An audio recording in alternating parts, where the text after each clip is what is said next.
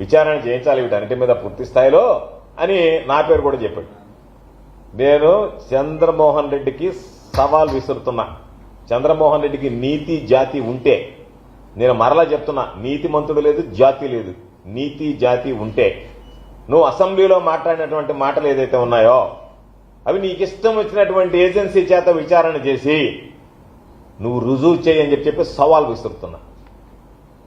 నీకు చేతనైతే, చేత కాలేదంటే చేతులు ముడుచుకుని కూర్చో. నేను వాగాను వెళ్ళిపోయానని మాట్లాడు. నీకు చేత అయితే ఈరోజు నువ్వు ఎస్ఎన్జే డిస్టిలరీస్ గురించి మాట్లాడావు. ఎస్ఎన్జే డిస్టిలరీస్కి ఎవరు పర్మిషన్ ఇచ్చాడు? చంద్రబాబు నాయుడు ఇచ్చాడా, జగన్మోహన్ రెడ్డి గారు ఇచ్చాడా? ఎస్ఎన్జే డిస్టిలరీస్ ఎప్పుడు ఓపెన్ అయింది? మీ హయాంలో ఓపెన్ అయిందా, ఎవరి హయాంలో ఓపెన్ అయింది? ఎందుకని నువ్వు ఒక మాట చెప్పు, ఓపెన్ చేశాడని. తమరిని పిలిచారు, తమరు పోయిన వెంటనే మొదలు పెట్టారు బేరసారాలు ఆడ వాళ్ళ దగ్గర. అందుకని వాళ్ళు, నేను ఎమ్మెల్యేగా ఉన్నప్పుడు నన్ను పిలిచారు, ఎమ్మెల్యేగా గౌరవించి. నువ్వు మంత్రిగా ఉన్నా నేను ఎమ్మెల్యేగా ఉన్నాను కాబట్టి నన్ను పిలిచారు, అంతే తప్ప దాన్ని ఆయనే ప్రారంభించాడంటే, నీ ప్రభుత్వంలో నేను ప్రారంభించానంటే నువ్వు సిగ్గుపడాలనా, గర్వపడాలనా? కాబట్టి అది ఏ హయాంలో వచ్చింది అనేది కూడా తెలియకుండా నీకు మతి మరిపోయిపోయా, చెవుల్లో మిషన్ పెట్టుకున్నా కూడా వినపడకపోయా, ఎవరన్నా చెప్పినా కూడా. చెవుడు ఉండా, తలకాయ పని చేయకపోయా.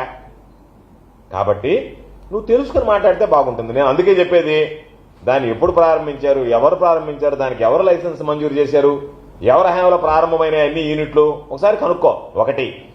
రెండు, మా పాత్ర ఏదన్నా ఉందా అనేటువంటి దాని మీద పాపం ఈడీ విచారణ రకరకాలైనటువంటి చెప్పారు. ఏ విచారణకైనా సిద్ధంగా ఉన్నా మీరు ఏదైనా చేయించుకో. ఎందుకంటే సిబిఐ విచారణ జరిపిన రోజు చెప్పా, సిబిఐ విచారణ నా మీద జరిగితే కోర్టు కేసులో ఫైల్ మాయమైనప్పుడు నేను దాన్ని ఆహ్వానిస్తున్నానని చెప్పా. మీ చంద్రబాబు లాగా సిబిఐ ఎంక్వైరీ అంటే ప్యాంటు తడుపుకొని బయటకు పరిగెత్తలే. నేను కోర్టులకు వెళ్లి స్టేలు తెచ్చుకోలే. నేను ఆ రోజే సమావేశం పెట్టి సిబిఐ ఎంక్వైరీకి పిలిస్తే, సిబిఐ ఎంక్వైరీ వేయమంటారా అని అడిగితే చీఫ్ జస్టిస్ వేయండి, మాకు అభ్యంతరం లేదు అని మా అడ్వకేట్ ద్వారా అఫిడవిట్ వేయించా. కాబట్టి ఆ రోజు నువ్వే చెప్పావు, పాపం శిక్ష కూడా నువ్వే వేసేసావు. ఏదో ఉపాహార శిక్ష, అపహారంలోనో కేసులోనో ఇన్ని సంవత్సరాలు వేసేశారు, ఇది చాలా పెద్ద నేరమో అని. నేను సిబిఐ ఏం చేసింది, విచారణ చేసి నా పాత్ర లేదని నిర్ధారించింది. నీ నోరు మూతపడిపోయింది. అదేవిధంగా ఈ రోజు కూడా మరలా చెప్తున్నా, నువ్వు ఊరికే మాట్లాడి బురదలు వెళ్ళిపోదామని కాదు. నీకు ధైర్యం ఉంటే, నీతి నిజాయితీ ఉంటే దాని మీద విచారణ జరిపించి, ఇదిగో ఇది ఈ పాత్ర అని చెప్పని ఈడీ చేత చేయిస్తావా, సిబిఐ చేత చేయిస్తావా, సిబిసిఐడి చేత చేయిస్తావా, ఎవరి చేతన నీకు ఇష్టం వచ్చినటువంటి ఏజెన్సీ చేత చేయించుకొని చెప్పు.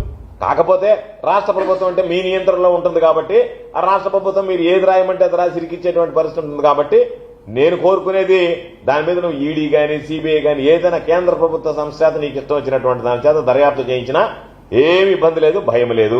ఎందుకంటే నీలాంటి అవినీతి పరులు భయపడాల్సిందే తప్ప నాకేముంది భయము. ఒకటి.